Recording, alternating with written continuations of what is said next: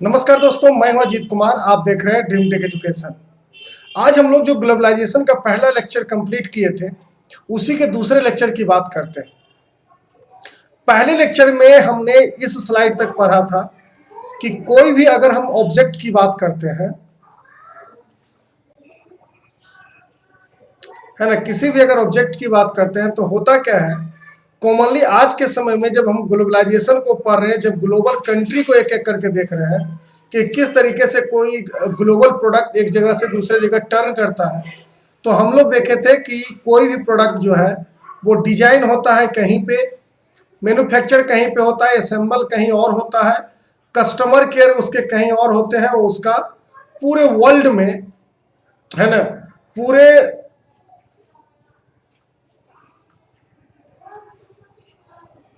World wide distribution हमको देखने को मिलता है।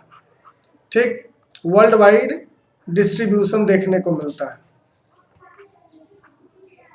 तो इसी को हम लोग समझेंगे कि कोई भी प्रोडक्ट पूरे देश में, अक्रॉस द कंट्री, किस तरीके से, या कह सकते हो इसको होल वर्ल्ड, है ना, होल वर्ल्ड में किस तरीके से डिस्ट्रीब्यूट होता है, यहां तक हम लोग पिछले क्लास में पढ़ चुके थे। आज जो हमको पढ़ना है वो पढ़ना है foreign trade and integration of market. देखिए, सबसे पहला जो टर्म है वो पढ़ना है फॉरेन ट्रेड। देखिए, फॉरेन ट्रेड का मतलब होता है, foreign trade is a trade between different country of the world. जैसे मान लेते हैं कि ये कंट्री नंबर 1 है ना, ये कंट्री ए है, ये कंट्री बी है।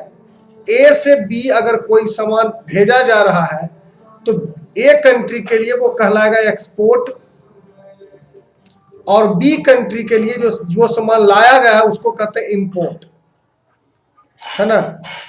अब उसी तरीके से मान लेते हैं कि कोई प्रोडक्ट जो है वो बी ए को भेज रहा है, तो ए के लिए हो जाएगा एक्सपोर्ट और बी के लिए हो जाएगा इंपोर्ट। तो इस तरीके से जो ट्रेड चलते हैं उसी को हम लोग कहते हैं फॉरेन ट्रेड। और फॉरेन ट्रेड के लिए हम लोग इसको इस तरीके से समझ सकते हैं कि फॉरेन ट्रेड को इंटरनेशनल ट्रेड, एक्सटर्नल ट्रेड या इंटर रीजनल ट्रेड के नाम से भी जानते हैं। यानी फॉरेन ट्रेड को कॉमनली 3 नाम से जाना जाता है। एक तो हो गया इंटरनेशनल ट्रेड, एक हो गया एक्सटर्नल ट्रेड, और एक हो गया इंटर रीजनल ट्रेड, है ना। इस तरीके से हम लोग फॉरेन ट्रेड को समझते हैं। अब बात करते हैं कि इसमें मेनली क्या होता है सर, तो इंपोर्ट होता है और एक्सपोर्ट होता है। हमने अभी ये बताया कि कोई कंट्री अगर कोई सामान को सेल करता है दूसरे देश को तो उसको कहते हैं एक्सपोर्ट करना, ठीक। और कोई देश अगर किसी सामान को खरीद रहा है यानी परचेज कर रहा है तो उसको कहते हैं इंपोर्ट करना, है ना। अब इस इंपोर्ट और एक्सपोर्ट को अगर हम समझें तो इसको इस तरीके से समझ सकते हैं कि अगर हमारा इंपोर्ट ज्यादा है और एक्सपोर्ट कम है तो इसको कहते हैं अनफेवरेबल ट्रेड। इसको क्या कहते हैं, अनफेवरेबल ट्रेड। और अगर इंपोर्ट कम है और एक्सपोर्ट ज्यादा है तो ऐसे को कहते हैं फेवरेबल ट्रेड, है ना। इसको कहते हैं फेवरेबल ट्रेड। तो इस तरीके से हम लोग समझते हैं अनफेवरेबल और फेवरेबल ट्रेड, जो कि पूरी तरीके से फॉरेन ट्रेड के ही बात में आती है। अब इसके बाद अगर हम समझने का कोशिश करें तो हमें समझना है कि और भी टर्म इसमें क्या क्या होते हैं। अब हम लोग देखेंगे कि foreign trade help in the integration of market in the following वे। ये सब जो अभी हम तरीका बताने वाले, ये सब तरीके से क्या होता है, जो फॉरेन ट्रेड है वो किसी भी मार्केट के साथ कनेक्शन बना पाता है। इसी को हम लोग कहते हैं इंटीग्रेशन,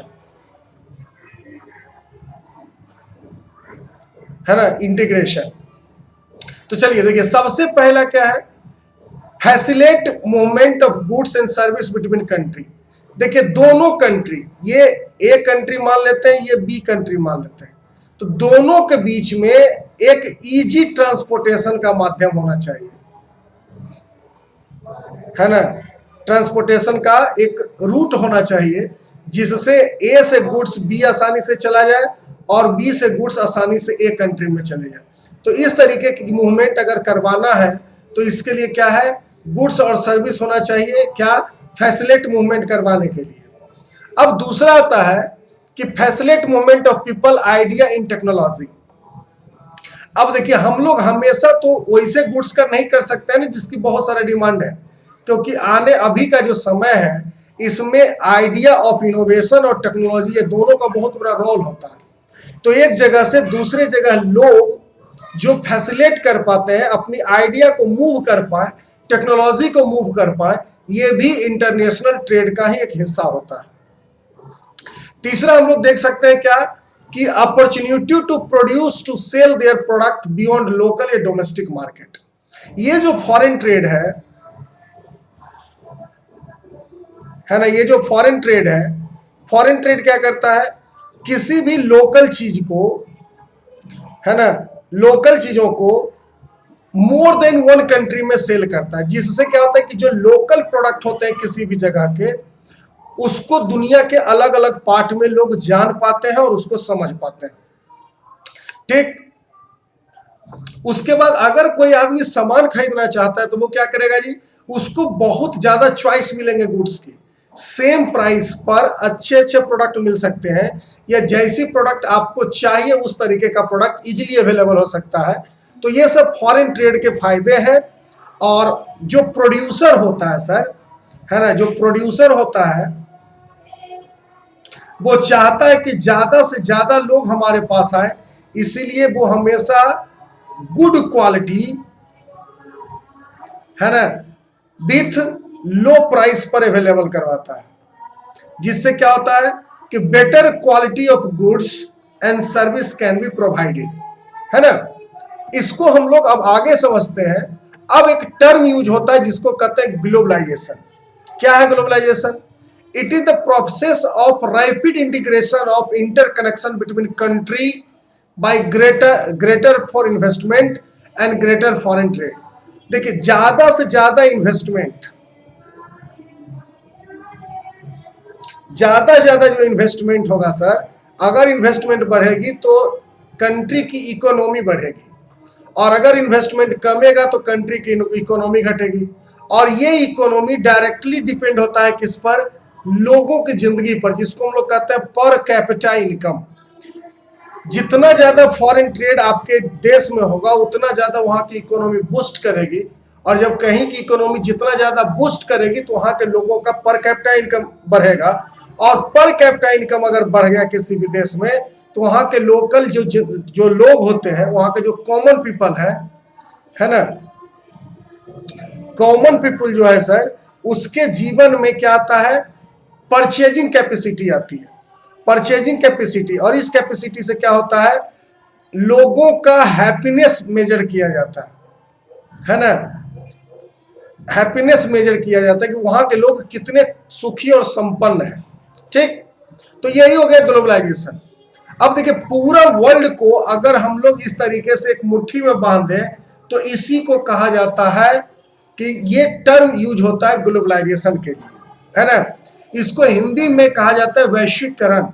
इसका मतलब है कि कोई भी product more than one country में वो प्रोड्यूस हो रहा हो और बहुत सारे कंट्री में उसको सेल किया जा रहा हो, यही टर्म कहलाता है ग्लोबलाइजेशन। ठीक, अब इसके बाद अगर हम बात करते हैं तो ग्लोबलाइजेशन के लिए और भी कुछ चीजें हैं। देखिए कुछ फैक्टर्स है जिस पर ग्लोबलाइजेशन जो है डिपेंड करता है ना, कुछ फैक्टर है जिस पर ग्लोबलाइजेशन डिपेंड करता है। सबसे पहले टेक्नोलॉजी।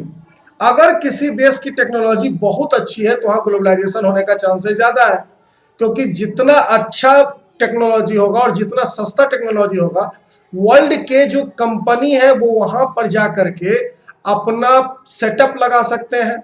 ठीक, दूसरा है कैपिटल मोबिलिटी। कैपिटल मोबिलिटी का मतलब है सर कि उस देश, किसी देश में अगर कोई आदमी इन्वेस्ट करना चाहता हो, है ना, अगर वो इन्वेस्ट करना चाहता हो तो वहां पे क्या हो? कैपिटल मोबिलिटी हो। मतलब अगर हम लोग इंडिया की बात करते हैं तो मान लेते हैं अगर यहाँ हम डॉलर्स इन्वेस्ट करना चाहते हैं और ये आसानी से नहीं हो तो इसी को कहते हैं कैपिटल अनमोबिलिटी। लेकिन अगर आसानी से यहाँ पे आकर के डॉलर जो है वो रुपया में कन्वर्ट हो जा रहा हो, है ना, तो इसी को हम लोग कैपिटल मोबिलिटी में पढ़ते हैं। उसके बाद क्या है, लेबर मोबिलिटी, लेबर आसानी से मिल जाए सर और चीप लेबर हो। साथ ही साथ देश का जो लेबर लॉ होता है ना, देश का जो लेबर लॉ है, जो लेबर लॉ है सर, वो क्या करता हो, आसान हो किसी भी कंपनी के लिए, तो वहां पे ग्लोबलाइजेशन का ज्यादा मौका होता है। उसके बाद क्या है कि इम्प्रूव्ड ट्रांसपोर्ट, अगर ट्रांसपोर्टेशन की बात करें तो चाहे वो रेल हो, है ना, वाटर हो, एयर हो, ये सभी ट्रांसपोर्टेशन जहां आसानी से मिल सकते हैं वहीं पे ग्लोबलाइजेशन अच्छे से डिपेंड कर सकता है। इसके बाद आता है लोअर ट्रैफिक। देखिए, जब कोई इंटरनेशनल प्रोडक्ट किसी कंट्री में लॉन्च होता है तो वहां की जो सरकार होती है उस पर कुछ टैरिफ लगाती है, जिसको कह सकते हो कि उसको पर कुछ टैक्स लगाती है।